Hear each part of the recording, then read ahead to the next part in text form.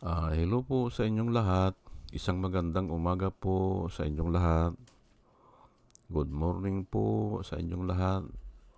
Ngayon po ay ados. Ados na ng September. September 2, 2024. At ang oras po dito sa Los Angeles, California ay 6:32. Alas 6:32 ng umaga. Lunes. Walang pasok, wala kaming pasok kasi Labor Day dito, Labor Day. So, sunod-sunod yun na walang pasok, Saturday, Sunday, at saka ngayon, Monday. Medyo makulimlim ang panahon. Nais ko lang po mag-vlog patungkol dito sa si Sara Duterte nag-deliver ng speech doon sa 39 anniversary ng founding anniversary ng KOGC. Ayan po. Title ko po ay Sara Duterte delivered a speech to the 39 anniversary of KOGC. Ayan po hindi naman ako nakikinig ng mga speech ni Sara Duterte. Pero kinukuha ko lang yung gusto kong talakayin. Opo. Very boring kasi useless. Wala ka namang kung nag-speech siya ng 30 minutes ay wala ka namang makukuha. Pero ang kinukuha ko lang po yung gusto kong talakayin at iuugnay ko nga sa Word of God. Ayan po, ang una kasi na sinabi niya ay probably, sabi niya ay wala na si Kibuloy sa Davao City. Yun ang sabi niya. Pero nung tinatanong siya ng mga tao, ay ang sagot niya ay nasa langit, sabi niya. Pero pabiro na tumatawa siya. Ayan po ang tatalakayin ko ngayon. At tumanap po ako ng mga Bible verse na matitindi para maintindihan natin yan. Ano yung sinasabi ni Sara Duterte? Opo, pinaghirapan ko po ito kagabi. Pero aywan ko kung itong isang verse dito na naan dyan, nababasa nyo na, kung na-discuss ko na ito. Parang na-discuss ko na itong Proverbs 28:17. Pero uulitin ko na naman. Parang hindi ganito ang pagkasabi Opo. Pero hayaan nyo na i-explain ko yan. At naandyan naman, nababasa nyo, pwede nyo nang basahin. Pero bibigyan ko lang muna ng paunang salita. Now, ito si Sara Duterte bilang isang Vice President ay opisyal po ito ng gobyerno na pinapasahod po ng mga tao, ng mga tax na nanggagaling sa mga tao. At lahat po ng tao, kasi lahat ng tao kumakain ng bigas o ng sardinas, ganyan, o sumasakay ng jeep, ay pagbili po ng krudo o pagbili niya ng sardinas o bigas, may value added tax na po yun, lalo na yung krudo.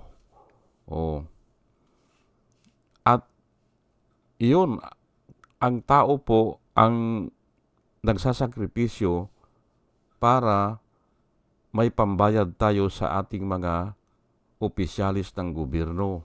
Ayan po. Ay bakit ganyan ang sasabihin niya? Hindi ba? Dapat doon, hindi na siya nag-speech doon o pumunta man siya doon, batiin lang niya. Batiin lang niya na, kumusta na kayo?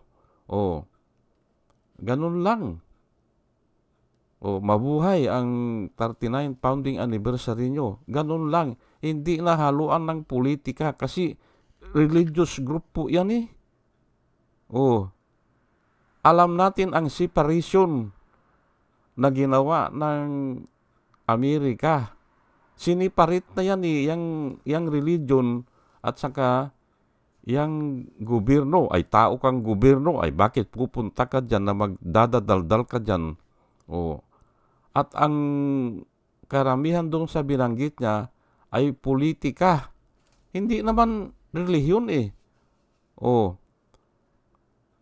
Ayan po ang sinasabi ko noon pa, yung dangers nag-combine ang government at saka ang religion. Nagagamit ang religion para sa gobyerno, nagagamit din ang gobyerno para sa religion na hindi dapat yan, lalo na yung mga resources. Hindi ba? Hindi dapat yan. Pwede silang magsama sa pagtulong sa mga mahihirap. Pwede yan. Pero sa ganito naman na hinahanap na nga yan si Kibuloy, hinahanap na purgative na nga yan eh. At nagsalita na siya na hindi siya pahuhuli ng buhay. Mahuhuli niyo ako, kanya, pero patay. Yan ay very dangerous na po yan, Hindi ba? At yan nga ang i-discuss ko dito. Humanap ako ng Bible verse na talagang akma sa ngayon. Akmang-akma. Hindi ko nagagamitin po yung mga dati kong ginagamit kasi nga ay hindi na epektibo eh. Ito na ngayon ang pinakaakma na Bible verse. At palagay ko, ito na yung panghuli. Sa tansya ko, wala na yan eh. Lalo na ganyan na napasukan na o 50% na ata ang nahahalughog dun sa tunnel o dun sa bunker kung ano man yan. Ay wala na yan. Oras na lang ang hinihintay niyan.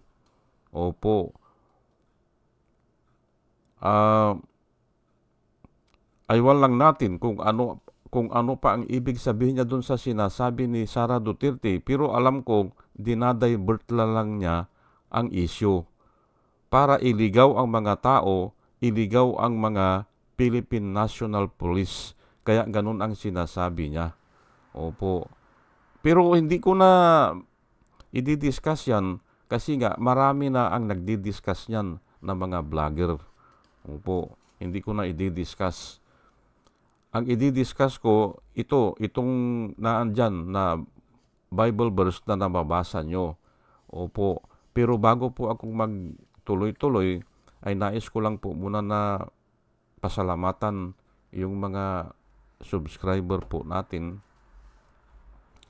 Salamat po sa inyong lahat. Ito po sila, batch number 2 po ito. Si Pussycat, si Doris May, si Antonino, si Ronel, si Ebe Compio, si Joey Valenzuela. Salamat po sa inyong lahat.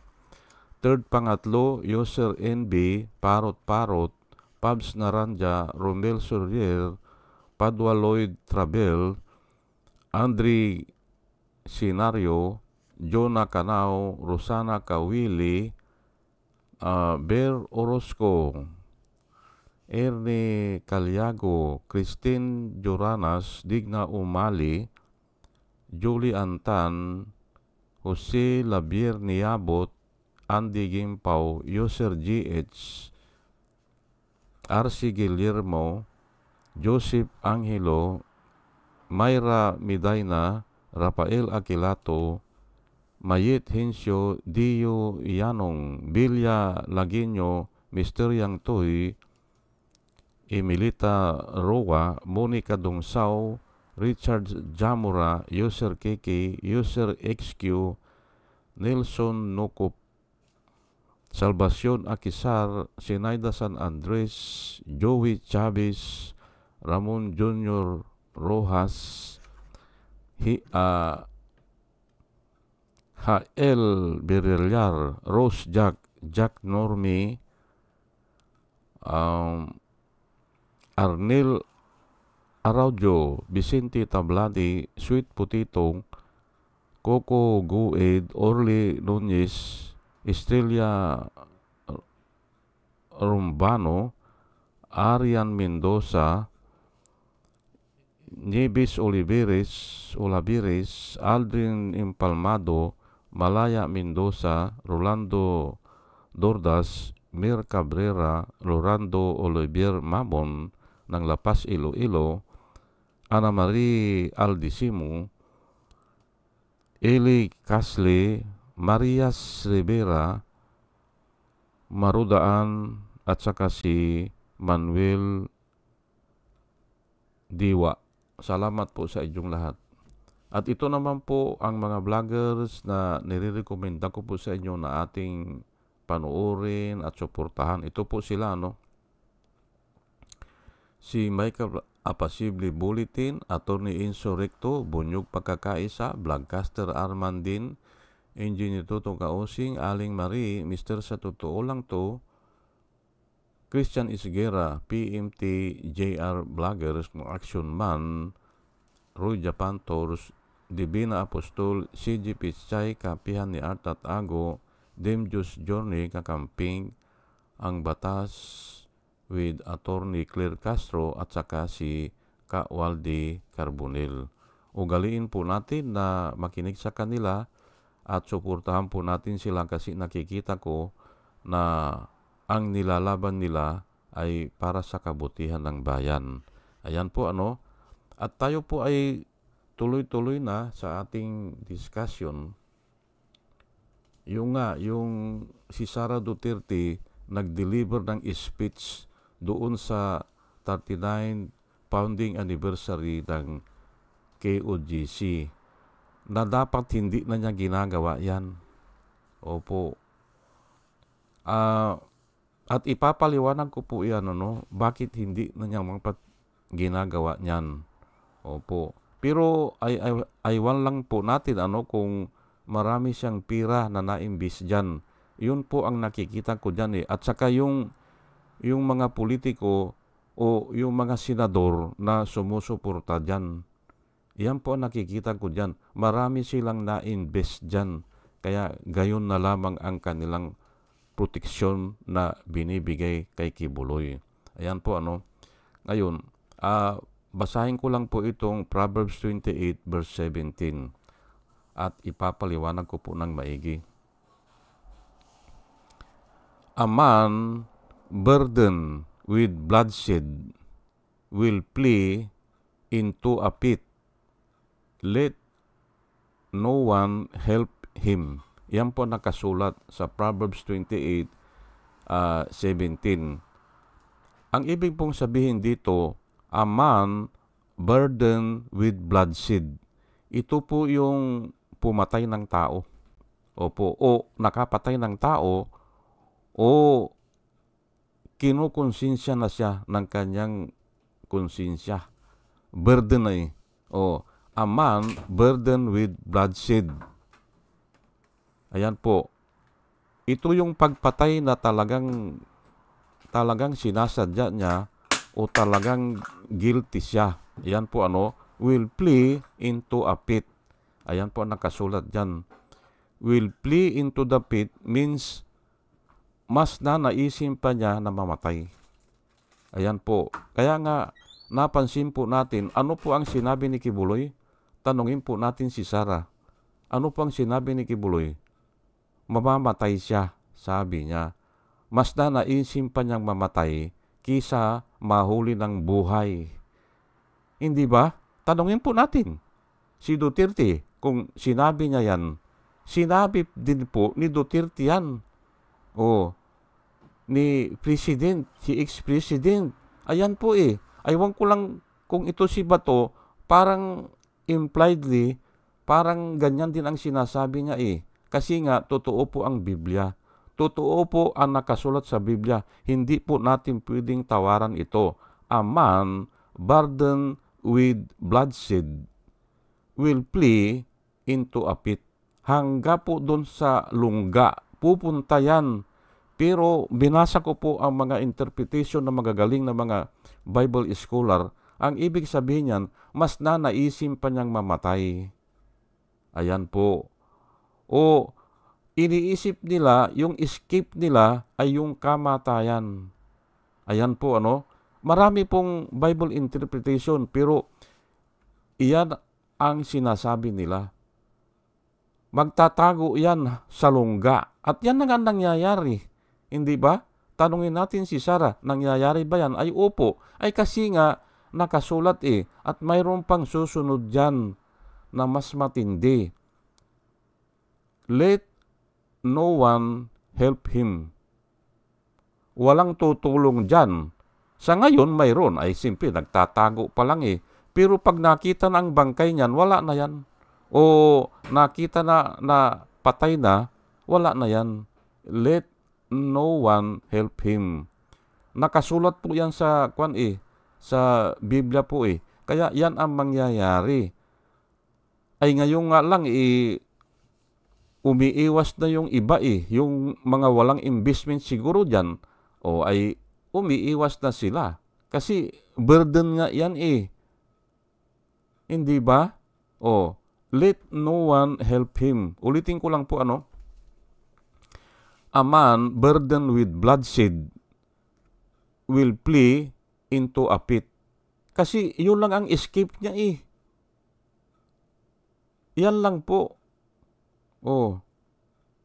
Kaya nga hindi na ako nagtataka kung bakit ganyan ang sinasabi ng mga tao na talagang guilty. Lalo na kung yang ganyan paulit-ulit na nanggahasa, hindi ba? Na pumatay ng tao. Ay baka sabihin nyo, walang kaso ito na nagpapatay ng tao. Mayroon po yung isang na matay yan doon sa Tamayong ata. Sinusubaybayan ko noon. Yung isang tao na ayaw niyang ipagbili, hindi ba? Yung kanyang ari-arian. Ay namatay siya. Doon sa Tamayong. Ayaw ko kung 1 hektarya o 1.5 hectares ata na lupa niya, ay dato po ito. Dato. Niratrat siya ng mga hinihinalang mga Philippine Army. Pinasukan yung bahay niya, namatay. Bininta na yung ari-arian. Opo. Ayan nga Kaya nga a man burdened with bloodshed will flee into a pit. Ayan po, hindi ba? Saan ngayon nagtatago si Kibuloy? Ay sa dungeon niya, hindi ba? O dyan sa bunker niya. Kaya totoo po ang Biblia at hindi po natin pwedeng tawaran ito. Kaya nga ako, natatawa na lang ako dito sa deklarasyon ni Sara Duterte na ang palagay daw niya wala na sa Davao, pero nung muli siyang tinanong ay nasa langit na, sabi niya. Na medyo pa joke o patawa. At tawanan din yung, aywan ko kung mga vloggers yung nakapaligid sa kanya o mga, naku po, hindi ba? Dinadivert lang ang issue. Mas naniniwala na ako dito sa Biblia. Ito po Exodus 21 verse 14. Babasahin ko lang po. But if a man acts with premeditation against his neighbor to kill him by treachery, you shall take him from my altar, that he may die. Ayan po ang nakasulat. Basahin ko lang po ulit But if a man acts with premeditation against his neighbor to kill him by treachery, you shall take him from my altar, that he may die. Ayan po nakasulat. Ngayon ay ito po, patungkol po ito sa tao na binalak niyang patayin yung neighbor niya o yung kapwa niya tao. o premeditated eh. Ang ibig sabihin ay talagang pinagplanuhan niya, hindi ba? At ginamitan niya ng treachery. Yun nga, yung hindi alam o walang nakakaalam o hindi alam din nung pinatay na ay hindi balik kung nag-draw eh, hindi ba? O naghamunan eh, o nagsuntukan, ganyan, o nagtagaan. Wala yan eh. Pero ito, by treachery ang nakasulat po dito.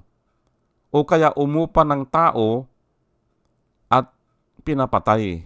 Ayan po ang ibig sabihin ng treachery para hindi siya mahuli o kunyari wala siyang kasalanan.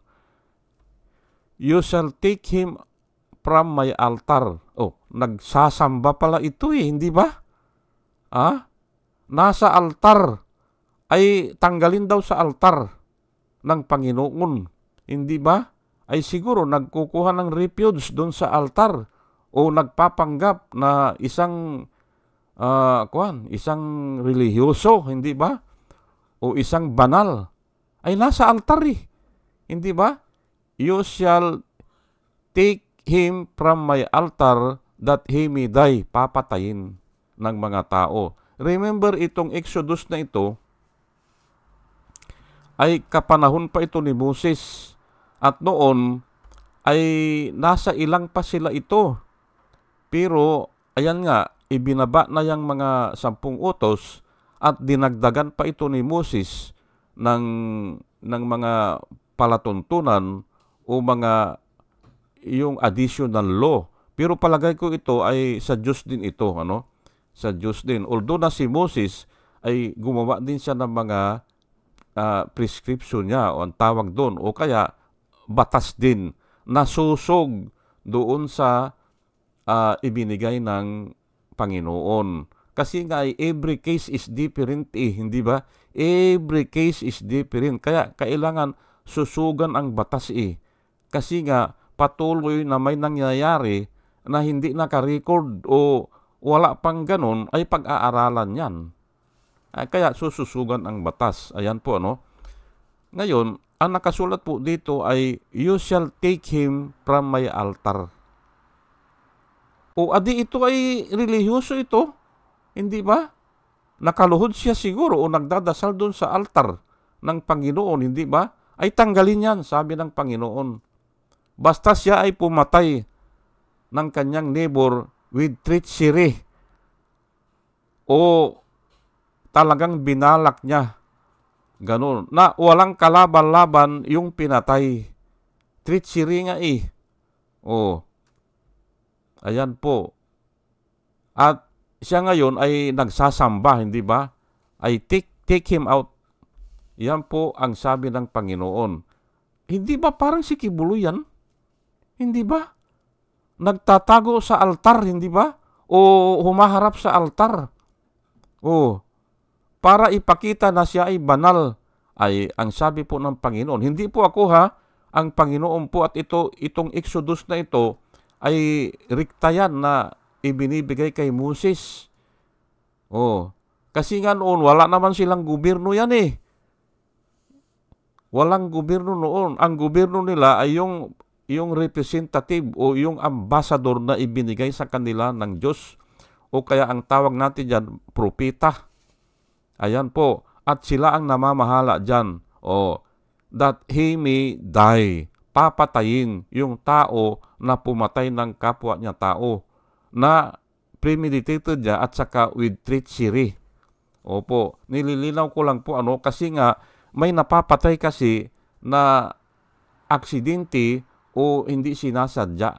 Mayroon pong ganun. Na hindi naman niya gustong pumatay pero ay naandun siya nung panahon na yan o nangyari ay napatay niya. Pero hindi niya premeditated. Ayun po At yan nga ang nakasulat dito sa Joshua 20 verse 1 hanggang 3. Babasahin ko lang po. Then the Lord said to Joshua, kinausap po si Joshua, tell the Israelites to designate designate po yan, hindi nyo ata nababasa, pero to designate the cities of refuge. Ayan po. As I instructed you through Moses. Sinabi na rin niya ito kay Moses na kailangan gagawa kayo ng city of refuge.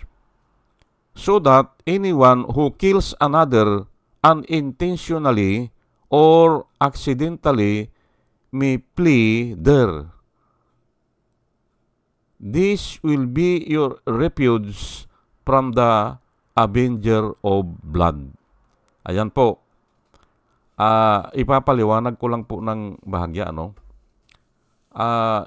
inatasan din ito si Joshua, pero inatasan na rin si Moses noon. Pero ito, malamang ito ay naandun na sila sa promised land na namumuhay na sila.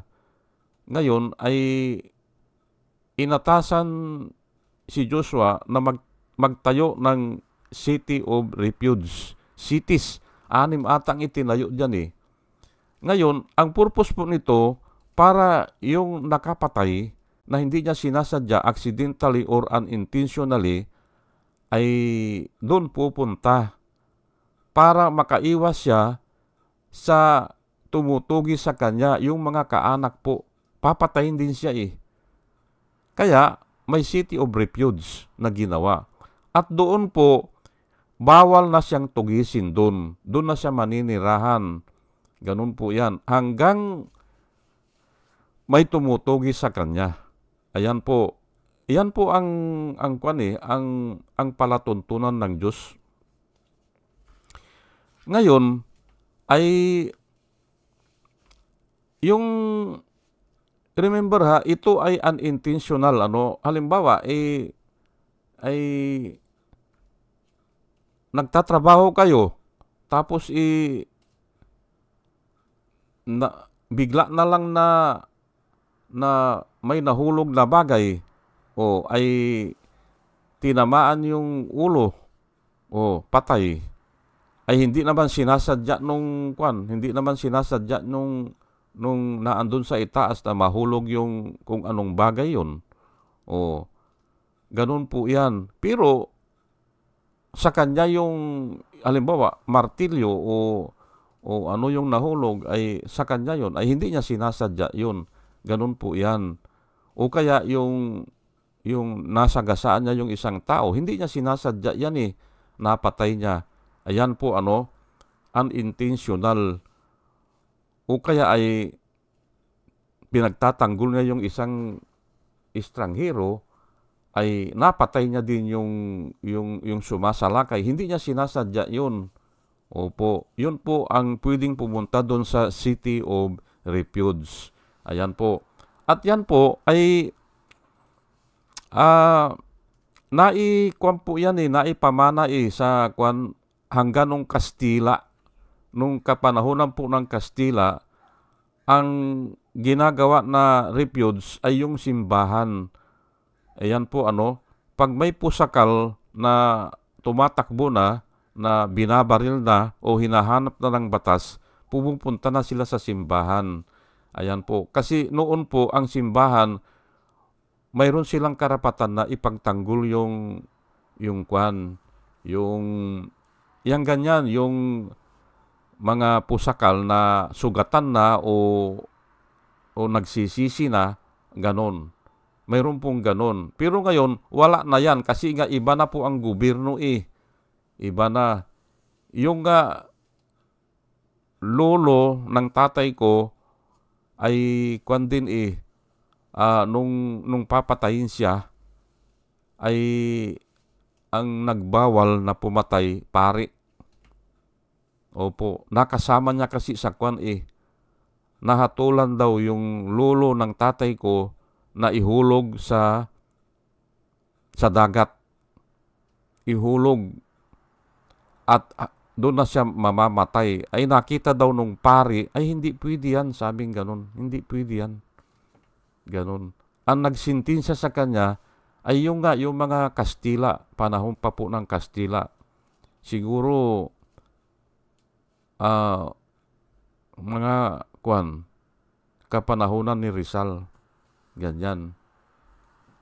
Kaya mayroon pong karapatan yung sinusunod po yung kaparian noon pero ngayon wala na yan kasi nga ay iba na ang batas natin mayroon na talagang gobyerno. Dati kasi ang simbahan ay kasama sa gobyerno. Opo.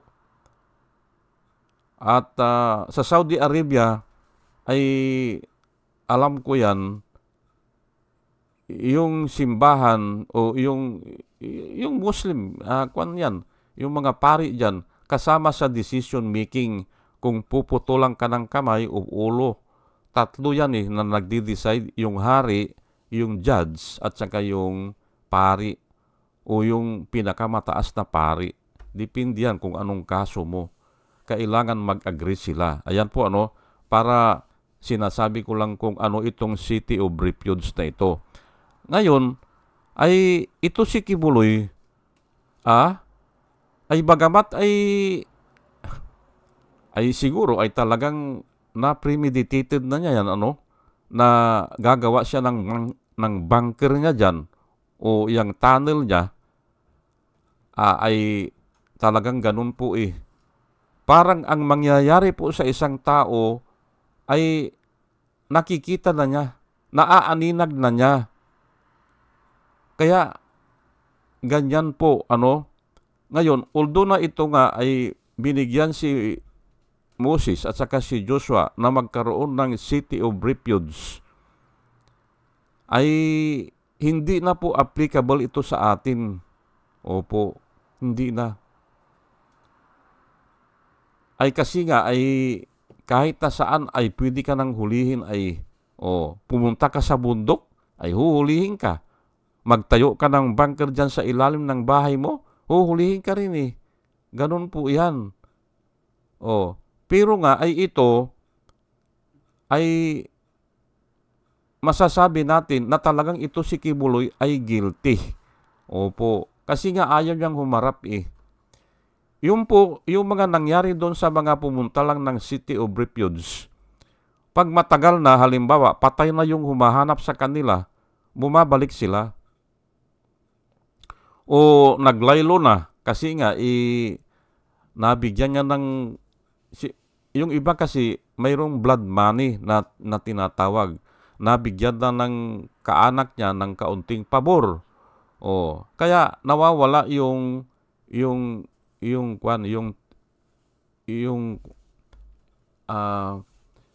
trend na baka siya patayin.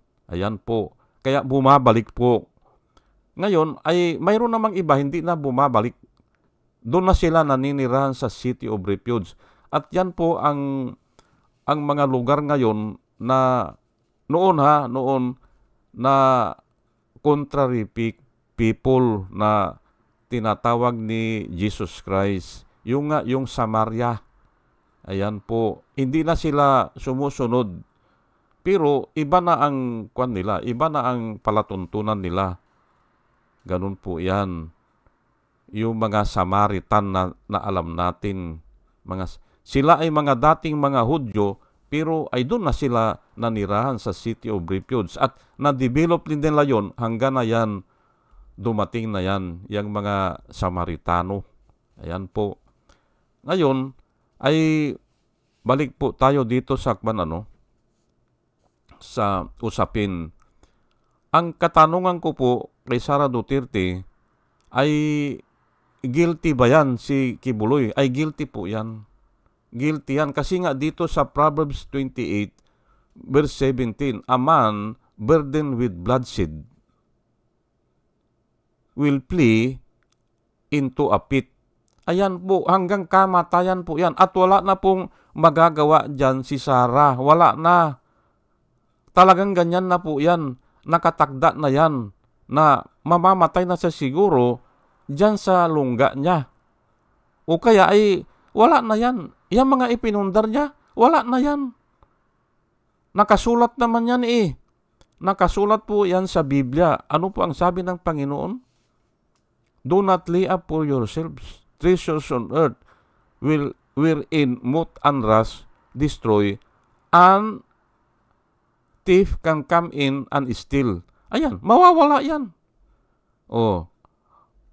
At yung mismo mga members dyan ang magkwan dyan mag-interest dyan sa kayamanan yan. Kaya mawawala yan, magkakawatak-watak yan. O yung mga nag-invest dyan, ay ngayon pa lang kukunin na yan Hindi ba?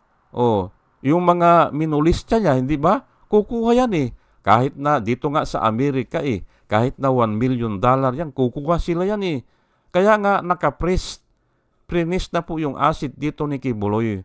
Kasi nga yan ang unang trabaho ng gobyerno. Nabigyan yung minulista niya.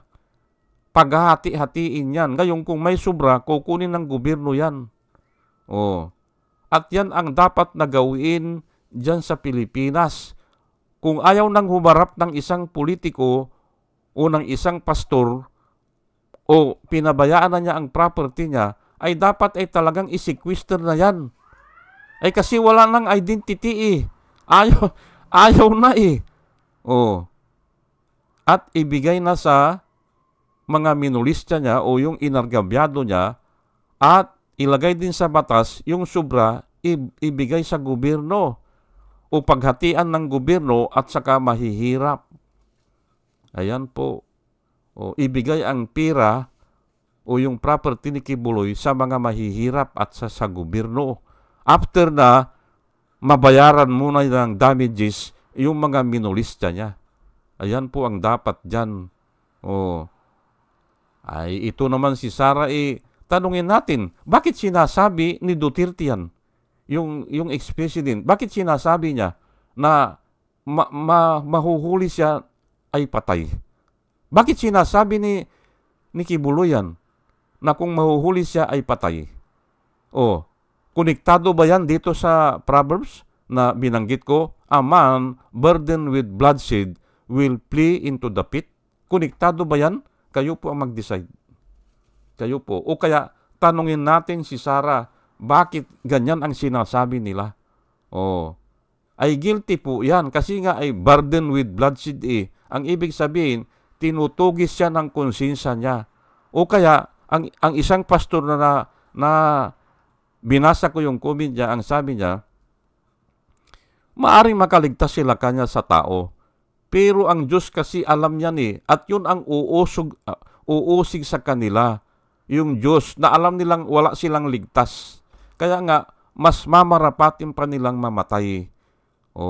Pero yun ang gusto naman ng demonyo, na mamatay ka na lang, hindi ka magsisi. Wala nang pagsisisi. Kaya, sasama ka doon sa ihuhulog sa impyerno. Ayan po hindi ba? Yan po. Pero ibang usapin po yun, So, mga kababayan, mga minamahal, ay oras na, ay dalangin ko po, bago ako mag-umpisa, ay yung nakikinig po sa akin ay magkaroon ng wisdom na nanggagaling po sa Panginoon. At muli, mga kababayan, mga minamahal, ay isang magandang umaga po sa inyong lahat. Good morning po sa inyong lahat at hello po at salamat po sa inyong pakikinig. Salamat po ng marami. Salamat po.